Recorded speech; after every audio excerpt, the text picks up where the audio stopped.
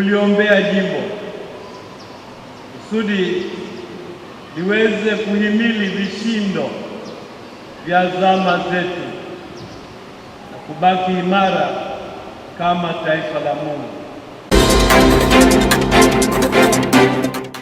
Ratiba iliyopangwa inajikita ifuatavyo: siku ya Ijumaa tarehe 27 mwili utachukuliwa kutoka mochwari kule Lugalo na kuletwa St. Joseph kuanzia saa 3 asubuhi.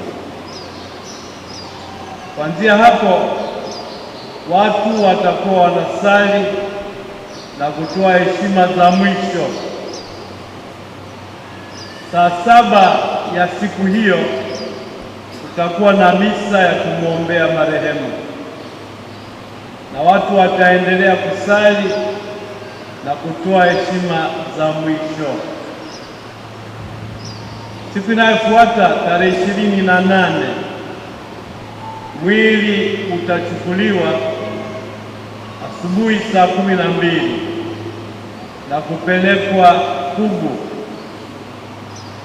Kule Pugu watu wataendelea kutoa heshima za mwisho na kusali, na majira ya saa 4 tutaadhimisha misa ya kumwombea na kumwaga.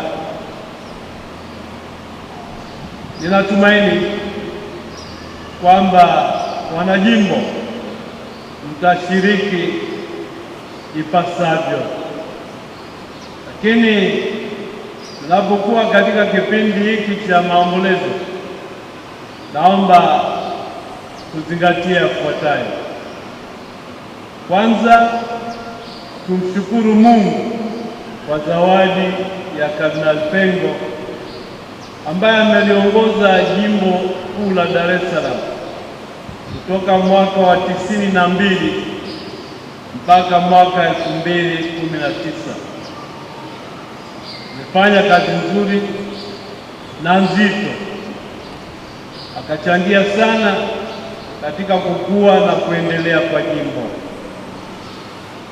Jambo la pili, tuendelee kuliombea jimbo kusudi liweze kuhimili vishindo vya zama zetu na kubaki imara kama taifa la Mungu. Jambo la tatu, tumwombee pumziko la milele. Raha milele umpe Bwana, astarehe kwa amani. Raha milele umpe Bwana, pumzike kwa amani.